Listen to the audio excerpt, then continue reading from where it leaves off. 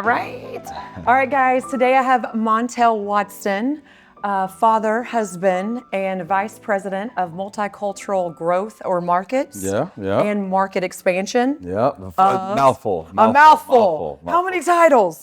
Of Movement Mortgage, Yes, which is obviously a huge name brand as well within the industry. So thank you for your time. Glad to be here. I know time is precious in moolah, so I don't take it for granted that you're here.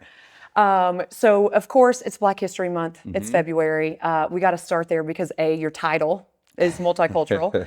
B, you know, the family and the whole cultural differences there with the natural, which I love the humor that you always bring to it. But knowing that we met with Grab the Key through Red, that's how we first were connected. And it's such a huge project. Fill in, obviously, a lot of people who know about it, but people on my channel might not. Yeah. What Grab the Key truly means or represents for you. Yeah, man. So it's a big piece, and I'm extremely passionate around it. And for the folks that are out there that may not know, we started a Grab the Key initiative, which was very focused on Black homeownership and creating generational wealth through homeownership in the Black community, right? And having a focus on empowerment and education. And so, to tell the full story around it, you know, I've been at Movement for a decade. And while being at Movement, I'd say probably, I think it's around 2018 timeframe, the media, you were seeing Black homeownership rates constantly just being peppered in the media because at the time frame, Black homeownership rates were at the same rate they were when Dr. King fought long and hard to have the Fair Housing Act passed, right? Wow. And so our CEO, Casey Crawford, who is an amazing human being, was like, hey, if we are going to live and step into our mission statement of loving and valuing people, you know, the Black community is a community that is underloved, and we have to step into this place when you start to think about the housing aspect. And so understanding, seeing that consistently in the media, we stepped into it in 2018 timeframe, and definitely blessed to say from there to now, we've helped over just shy of 15 billion in origination and around, you know, in the 40,000 Black households. So definitely something that I am passionate, I'm proud of, very big, audacious goals that we had, but also we're not done, right? We're not done. And, you know, we're one of the top independent mortgage banks that helps the Black community. But, you know, the amazing thing about it is like, we can't change homeownership rates ourselves within that community. It takes everybody, right? It takes all of the agents, it takes all of the other lenders. And our hope and goal when we started it was like, hey, step into this with us. It's not a movement only thing. We actually launched Grab the Key originally without branding, hoping that other folks would actually like jump in and join, which it didn't happen the way we wanted to, but I think that it happened the way it was supposed to. So it's something I'm passionate around, as I mentioned, and we've been consistent.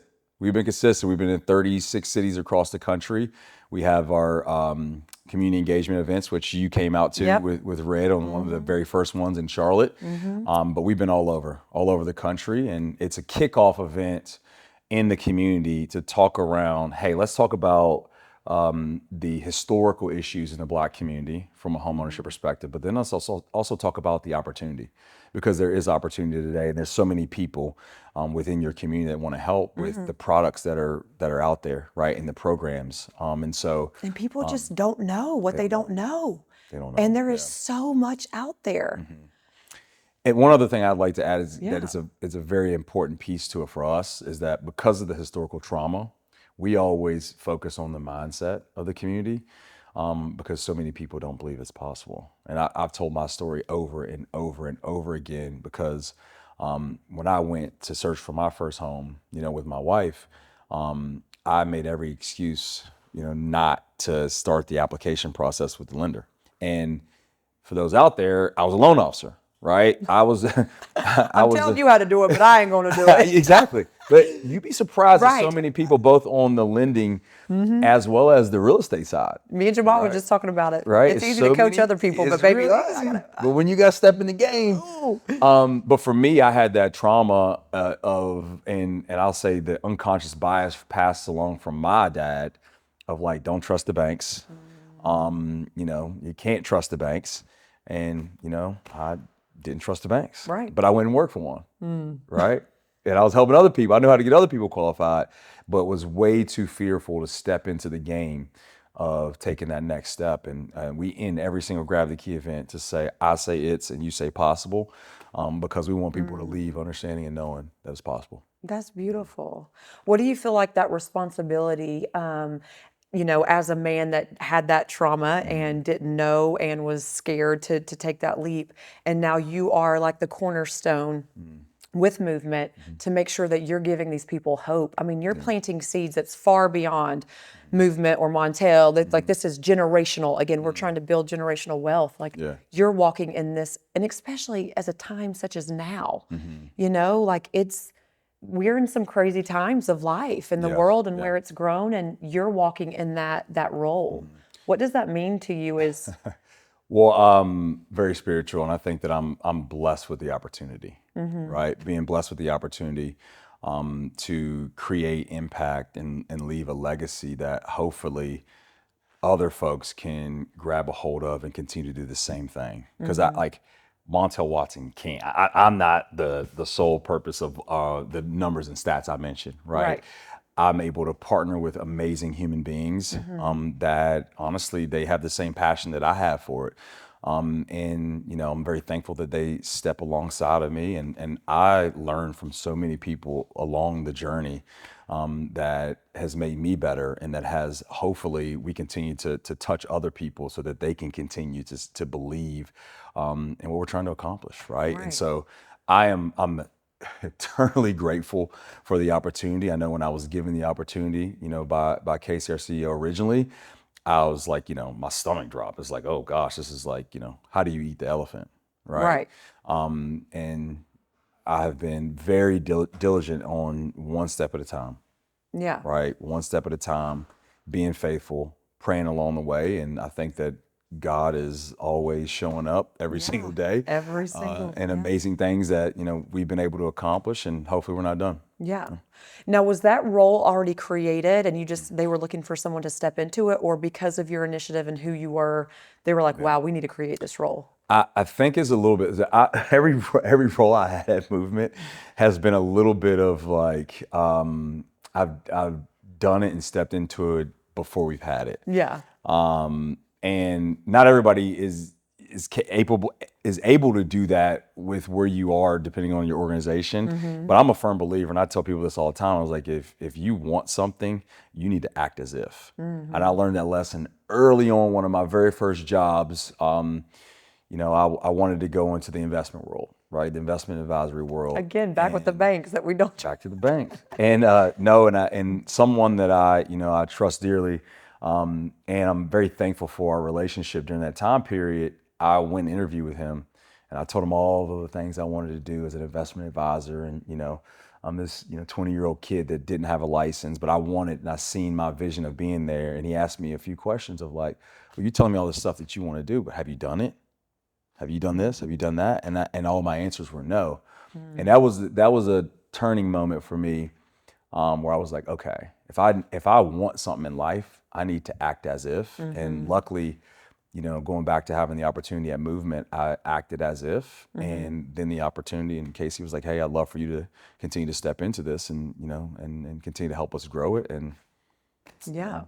that's just. Do you remember a moment where it's like, wow, this isn't just a career. I'm able to transform communities. Yeah. Like, you know, just overall. I feel like sometimes like you're walking in it and you're doing like, you know, You're doing it, yeah. you're doing it, and then you're like, oh shoot. Yeah. I mean, just say billion. Yeah. You know what I mean? Billion yeah. with a B.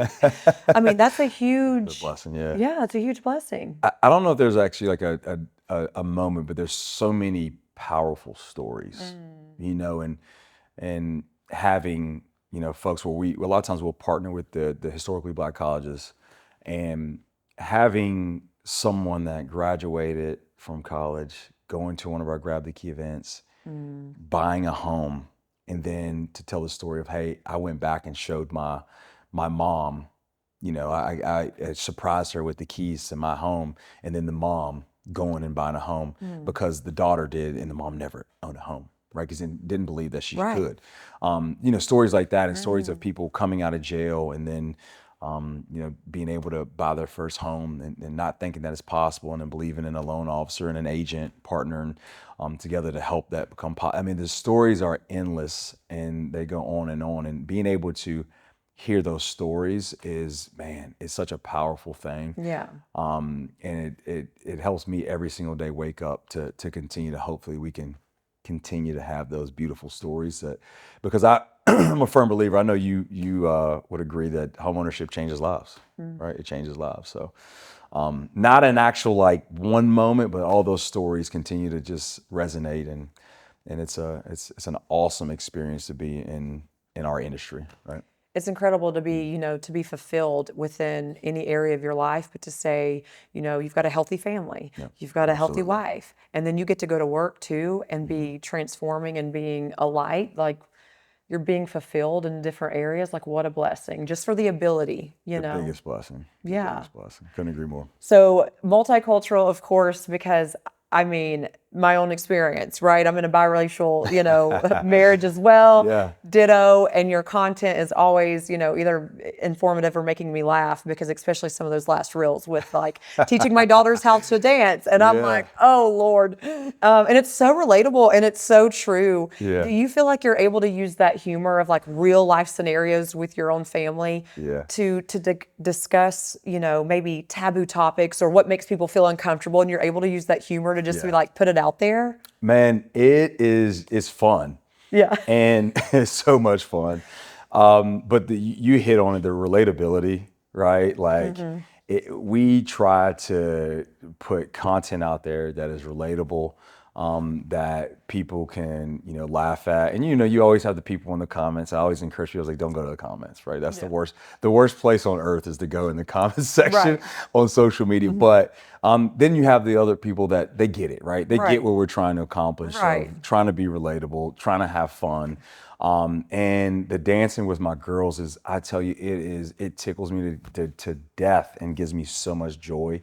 And now they look forward to it, right? And they love it. Dance session day. And then now it's like, now they're giving me the songs that they want to do. And it is so much fun. Oh, that's awesome. And for us, from a content perspective, we've been doing it for so long. And you and I were talking about this earlier. It's like how much we have pivoted, but I feel like we're in such a sweet spot in life where we create content, yes, relatable, yes, fun, and yes, try to do educational, inspirational, but we make it a part of our life as much as possible. And I'll tell you, some of the best content that we post is content that we're not scheduling. Right. Like the whole dance series came from us actually dancing in the house. The kids had their jammies on, and I didn't even know my wife was videotaping, and it went viral, right? And it was like, oh, that was awesome. Now let's actually try it and do it. And like now content hits because it becomes like almost like you find something that works and you almost create it as like a TV show. Right. It's your niche. And you can expect it every single week. This is coming.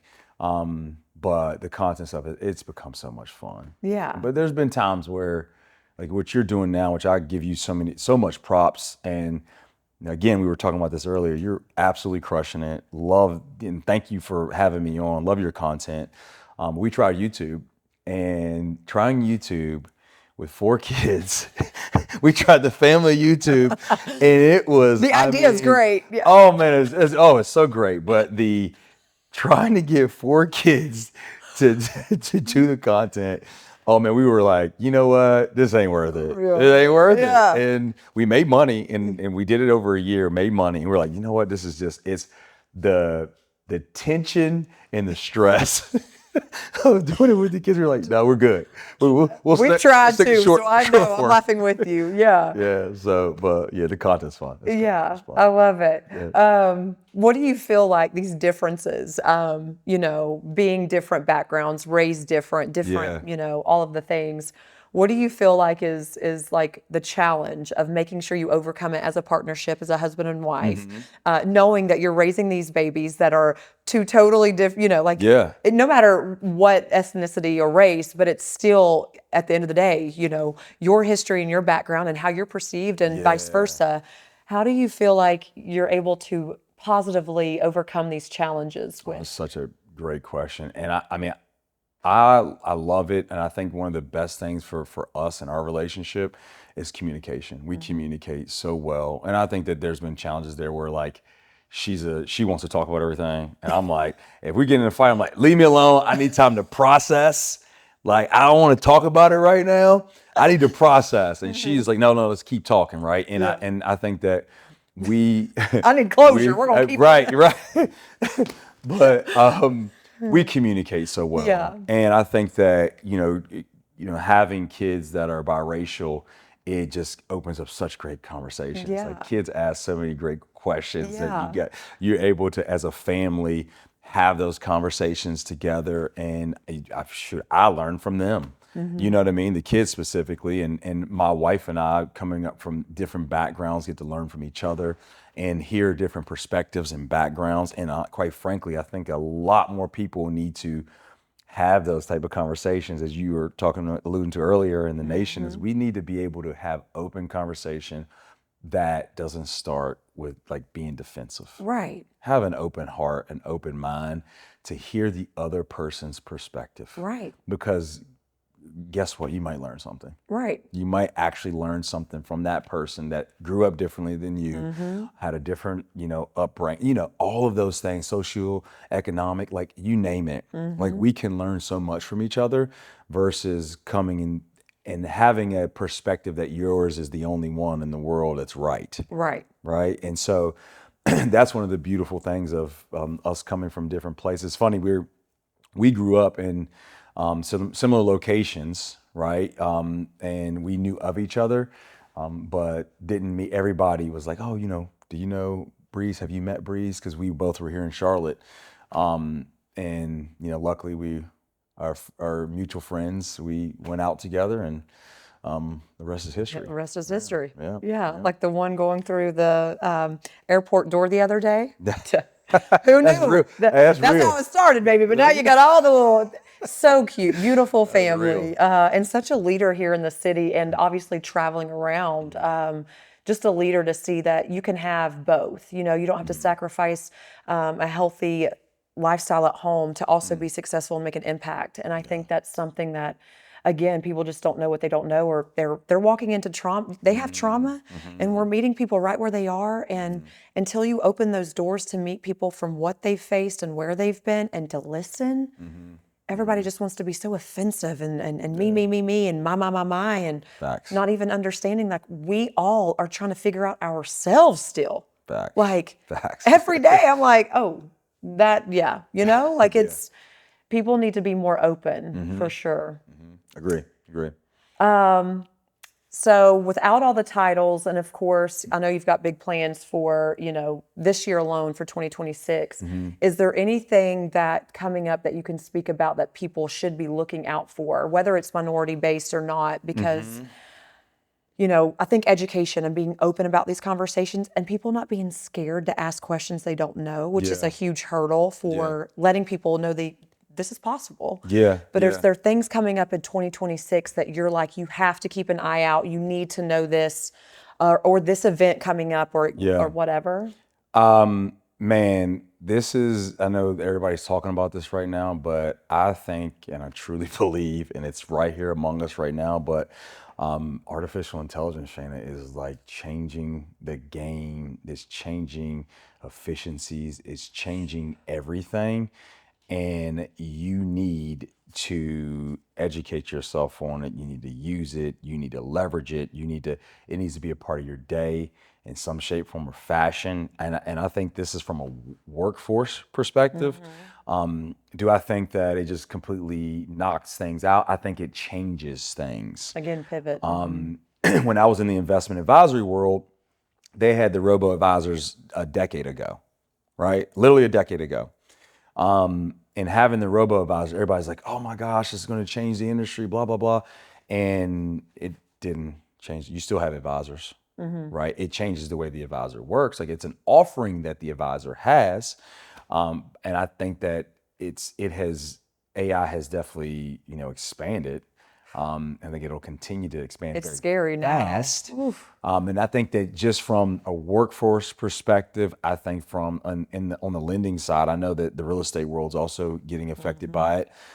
In our world, it's going to, hopefully, it starts to drive down the cost to to originate the loan, and which then gives money back to the actual consumer and customer, making it go faster, easier on the underwriting side. And then there's so many different use cases for it. But I heard the other day, we're evaluating artificial intelligence voice experiences, right? So where a voice agent calls you, all right, and you're a customer of, let's say, Movement, and like just trying to stay top of mind, stay, in touch with that customer in case they want to buy another home or they need to refinance.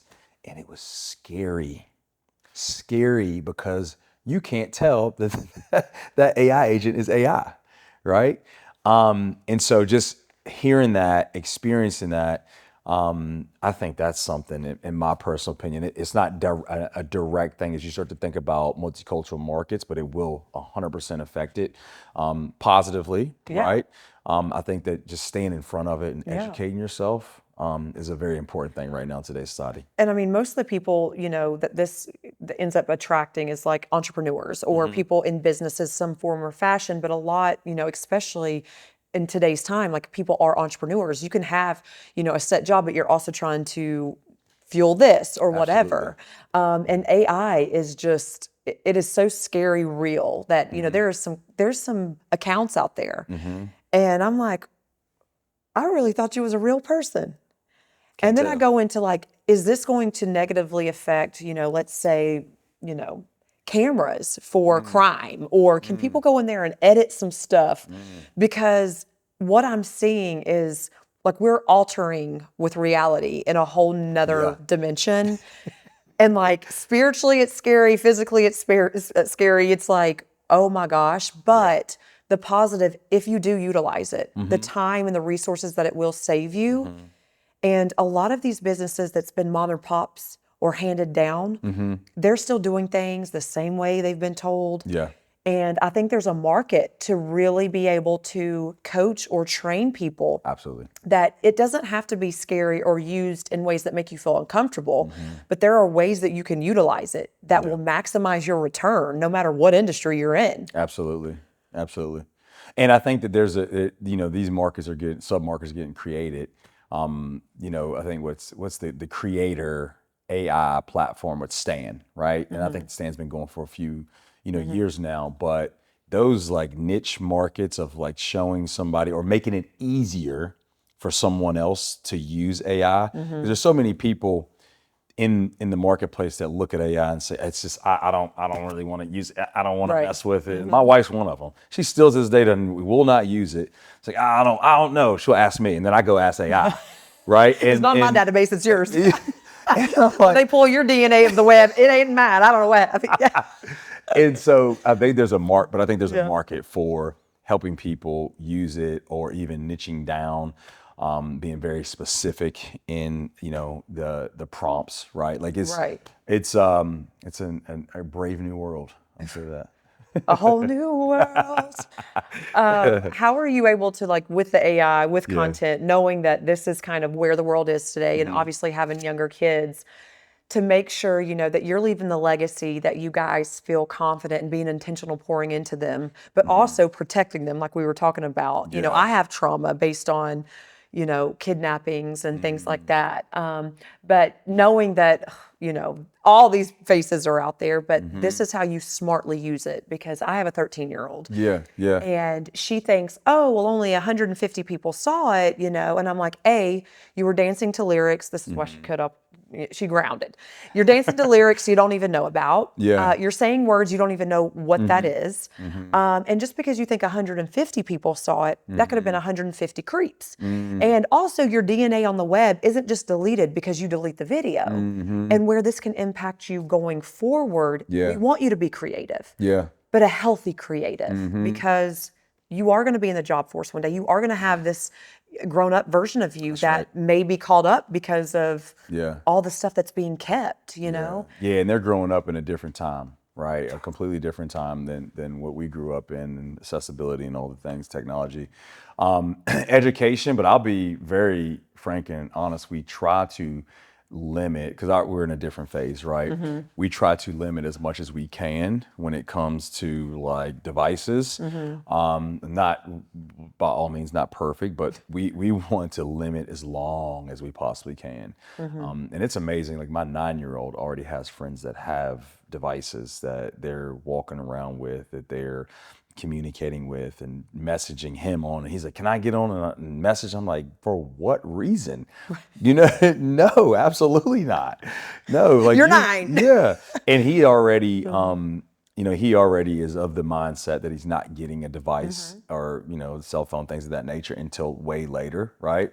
We're trying to hold out as much as possible. And one of the reasons is just from looking at the studies and things. And, I think it's just way more, it's just better for their development. It is. And I'm trying to go to the adage of get your butt outside, right? Obviously read inside, go outside and play and Scrape your knee, climb a tree. Yeah. And learn how to be bored.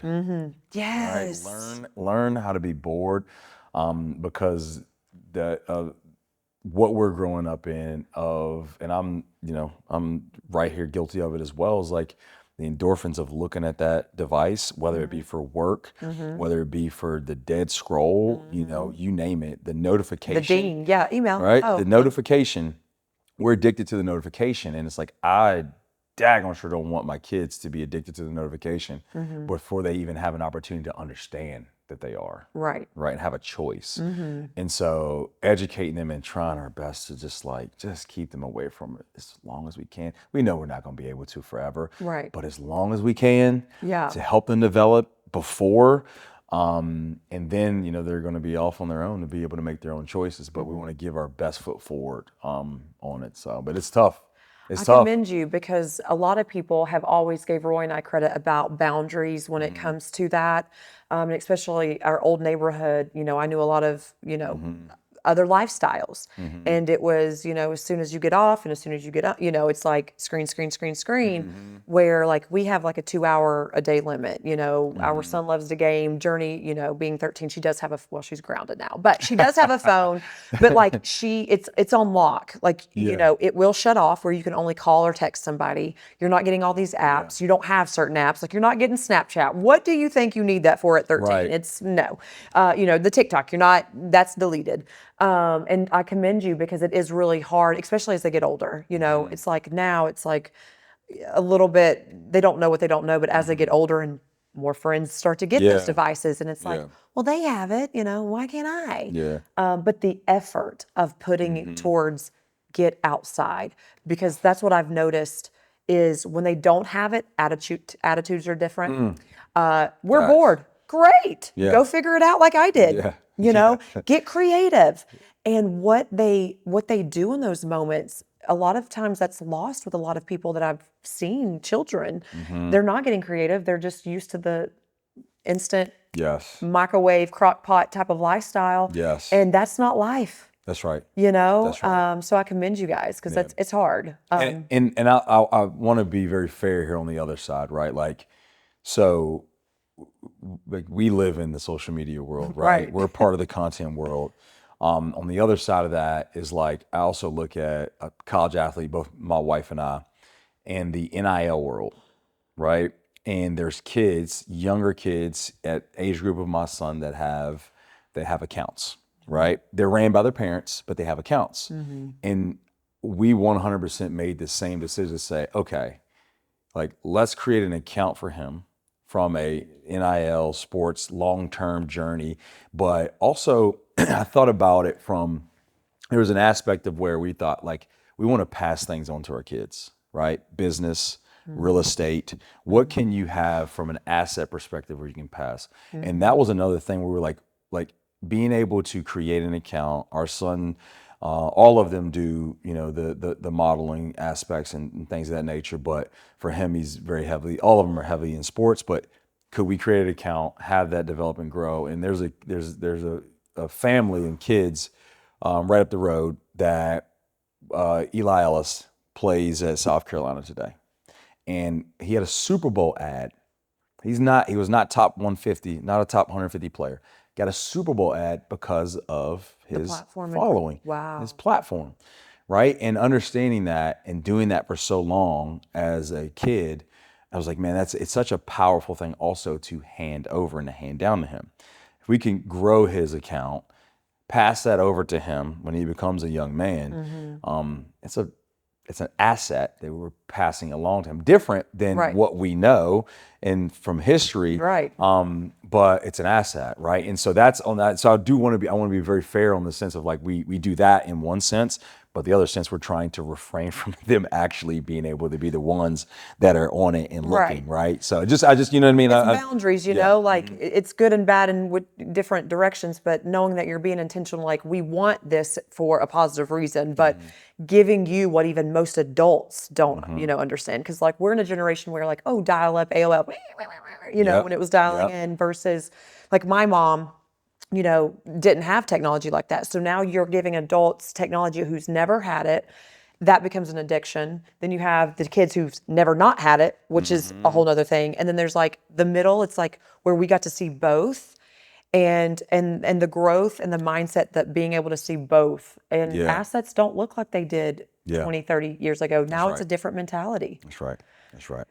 So pouring into your legacy, like as a man, as a husband, and of course, you know, as a career, what do you feel like you're most intentional about your legacy? Passing down these assets, of course, but is there other mentalities or nuggets that you just feel like this should be within every home for a positive? I think for me, man, I want to be, from a family perspective, I just want my kids to always look at their dad as like, hey, my dad was present, he was there, and he loved us big, right? If I can do that and be a child of God, like, man, I've won, Right. right? That's number one. Like if they can look at me in that vein, those eyes, then I'm blessed, right? I'm already blessed. And then from there, like the financial and all the other pieces, like I want to be, you know, healthy. I think health is our wealth. And man, if I can do that with my family, my kids, all the other stuff, I think kind of fall Extra, into place, yeah. right? And it's extra. And I think that I'm a big believer on manifestation. So if it's something that I want, like I think I can get it, right? I think I can manifest it and pray for it and execute to make it happen, right? And so that's the way that I look at it from a legacy perspective, is being able to be someone that their dad loved them Yeah. and loved them big, So beautiful. right? Yeah. And everything else will be fine. Yeah. That's awesome. Now, were you able to grow up with that as a lead by example, or were you, you know, didn't have wannabe? Yeah, no, I was blessed and lucky that my mom and dad, obviously divorced now, but then, man, I mean, they loved me big, right? I never wanted for anything. I might not didn't grow up in a wealthy type situation, or, you know, my dad worked at a paper mill, my mom worked at Kroger's, but I'm telling you, never wanted for anything. They gave me everything I ever needed, right? And a lot of love in our household. And I think that both my mom and dad struggled with different addictions. My dad being drugs, and my mom being, you know, struggling and fighting with, I would say, retail addictions. Right? We like the shop. Yeah. We it's all a real got, thing. hey, Yeah. we all got our own We all- things, right? Yeah, we do. But love was never lacking from a love perspective. So I'm very thankful of being able to be raised by both of them. And, you know, they poured into me deeply. So Incredible. And love, you know, being as believers, like that's where it all starts, is out of love. And even like you're speaking about, you didn't have to grow up in this certain neighborhood or house or whatever because it was love. And that's the same with me. Like, no matter, you know, my mom was a single mom, but it was so much love. You know, she was going to work the 4 jobs to figure it out. There was love. And having a love for people in your family to leave that legacy that, as long as you know that I'm pouring in love, everything else will stem from that because you have the heart for that. facts. So good. Yep. So good. Yep. All right, friend. I guess the last question, like, is there any mindsets or conversations that you just feel like aren't happening enough right now? Whether it's from, a cultural difference or just because, people don't know what they don't know to have ownership. But what type of conversations do you feel like 2026 needs to have more? Yeah. I think there's two conversations. A conversation that we all need to have with ourselves. And that one is like, you can be your biggest cheerleader or your biggest attractor, right? Like, and I tell this story a lot because it was such a powerful moment for me. We ski a lot, right? I love skiing. Only brother on the slopes, but I love skiing, right? It ain't a lot of us out there, Shane. Yeah. It ain't a lot of us out there All to in slope. between, because Roy is not doing it. But I love it, right? And me and my wife would, she got me to go skiing probably over a decade or so ago, and I've fallen in love with it. And for one of the first times, probably a few years ago, she's like, "Oh, let's bring the kids." And I'm like, "No, it's not. Let's not This bring is the our kids. thing. Can we just keep our thing? Let's keep it our thing. What we got going is Yeah, it's good." Right? And she talked me into it. I'm like, all right, begrudgingly, I'm like, all right, let's bring him. Come on, let's bring him. And the first time we didn't put him in ski school, which learned that lesson. But I learned from not doing that because, we go out and you got to teach them. Like it's not like they just wake up and know how to ski. So we got to teach them. And my wife's like, all right, you going take Mercy and take her down. Cause my son, he learned it quick. Right. And I'm like, no, why me? Like you do it. This is your idea. Why I got to do it. Right. You introduced me to this. Yeah, So this is my thing now. Like I want to enjoy this. And so, we're about to go down and I'm like holding her between my legs and, she's like scared to death. And she goes, you can do this, Mercy. You got this, Mercy. And she's talking to herself, right? And she's talking herself up and telling herself that she can do it. And it was such a powerful moment for me of like, yes, I was an asshole dad, but man, I woke up and I was like, wow, what a powerful moment for this little girl that's about to go down this big ass hill and ski down. And she talked herself into it. And she talked herself all the way down. And then she started doing it on herself. And it was such a powerful moment for me of like, man, when I wake up in the morning, what am I saying to myself? Am I encouraging myself that I can do it or I can't? And I think that, my coach, my college coach says, he always would say like, like you're either talking yourself into it or you're talking yourself out of it. And gosh, she was talking herself into it. Right, talking herself into it at that moment, and it was such a learning for me, and a blessing to be a dad to see your little girl do that. And I'm like, wow, like what am I doing in those moments? Am I talking myself into it? And I think that we can have that conversation, which is a crazy thing to open and say you need to have your conversation with yourself, but it's true. No, it's true. It's brilliant. It's absolutely true, and I think that like when you start to think about. We talked a little bit about this earlier as conversations, right, when you're speaking with someone different. Like social media is a crazy place now, right? Where if your opinion is different, like you just are an evil, wrong person. And I think that we need to have conversations that are just open dialogue and trying to step into something, not being defensive. Right. And not be coming from a place where thinking that you are right. Like that's the conversations that I think a lot of us just need to have and get out of the comment sections of like, saying crazy stuff and thinking that also taking the bait on social. Right. Right. Because a lot of stuff gets put there for clicks. Like don't take that bait in that Keep on conversation. commenting. We're going to keep on getting these views. Thank you, trolls. We love it. Yeah. And so those are the two that I think that need to be had for sure. It's, for the kiddos, I always, having a spiritual life coaching thing that I went through and being very in tune with the spirit, I feel like my whole life, but obviously getting wiser, not perfect, but wiser, hearing the nudges but like when we were little, what did we enjoy doing and what did we find passion and just good out naturally? And your daughter there, like, you got this, Mercy, you got this. And a wise little girl who's hyping herself up and adults who are older or wiser and have more experience, we can oftentimes be complete opposite. And knowing that we too should still be hyping ourselves up. That's right. That's right. I mean, I think people on social, I mean, of course you've got the trolls and all of this, but how many people are comparing to everybody else? And now you're talking yourself out of, you know, because even like the podcast, it's been a part of my soul to do this since I was 10 years old. Wow. In a single wide trailer, sitting on a wrought iron white bed, watching the TV screen, and I heard in my left ear that this was going to be a thing. And oftentimes, looking back over the last 20, 25 years, trying to force it to happen, and oh no, you know, God's like, close that door. That ain't the route I wanted you to go in. That ain't it. And close that door too, because I'm still directing you in the right avenue that I want this to happen. Yeah.